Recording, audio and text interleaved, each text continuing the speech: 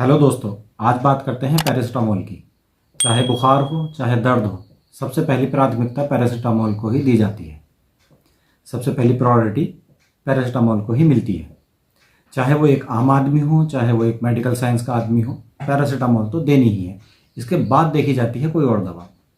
तो पैरासीटामोल दोस्तों इतना फेमस है, इतना कॉमन है कि इसके बारे में बात करना तो बनता है। एक तरह से देखा जाए तो पैरासीटामोल एक एंटीपायरेटिक ड्रग होता है, लेकिन एनाल्जेसिक के बराबर ही इफेक्ट देता है, यानी कि दर्द निवारक के बराबर ही काम करता है। ये काम कैसे करता है दोस्तों? पैरासीटामोल हमारे शरीर में प्रोस्टाग्लैंडिन सिंथेसिस को एनिवेट करता है।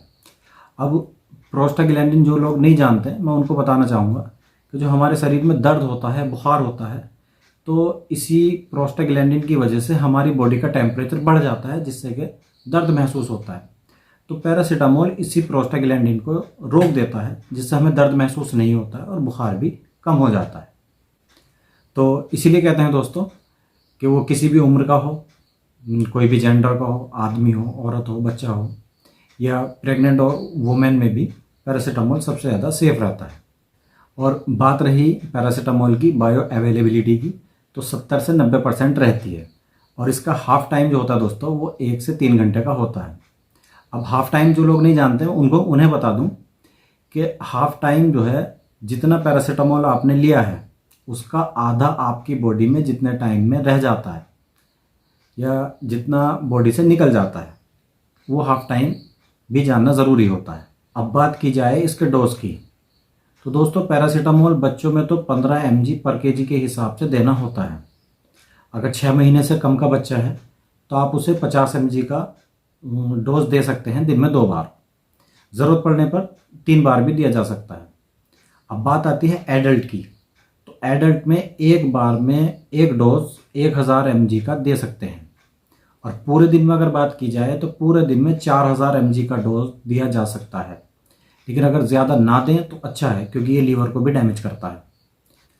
और मैक्सिमम डोज अगर मान के चलें तो 2 ग्राम का डोज यानी कि 2000 mg एक दिन में दे सकते हैं, लेकिन ज़रूरत पड़ने पर। नॉर्मली जो दवाई आती हैं दोस्तों, वो 120 mg 125 mg में सस्पेंशन आते हैं। 50 mg का डिस्पर्सिबल टैबलेट भी आता है बच्चों के लिए। इसके अलावा 325 mg 500 mg 650 mg में भी टैबलेट आती हैं।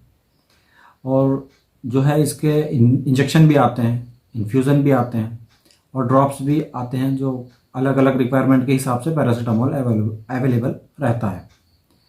तो हर तरह के मैन्युफैक्चरिंग में ये अवेलेबल होता है। यहाँ बात की जाए पैरासीटामोल के साइड इफ़ेक्ट की, तो देखो दोस्तों इसके बहुत ही कॉमन साइड इफ़ेक्ट हैं। इससे लीवर डैमेज हो सकता है, आपके लीवर में सिरोसिस हो सकता है, लीवर लार्ज कर सकता है, या कोई व्यक्ति अगर ज़रूरत से ज़्यादा पैरासीटामोल इस्तेमाल करता है तो उसका लीवर ख़राब हो सकता है। इसके अलावा जो है उसके स्टमक में एसिडिटी हो सकती है, अल्सर हो सकते हैं, और भी कई जैसे कि नोज़िया, वोमिटिंग हो सकती है।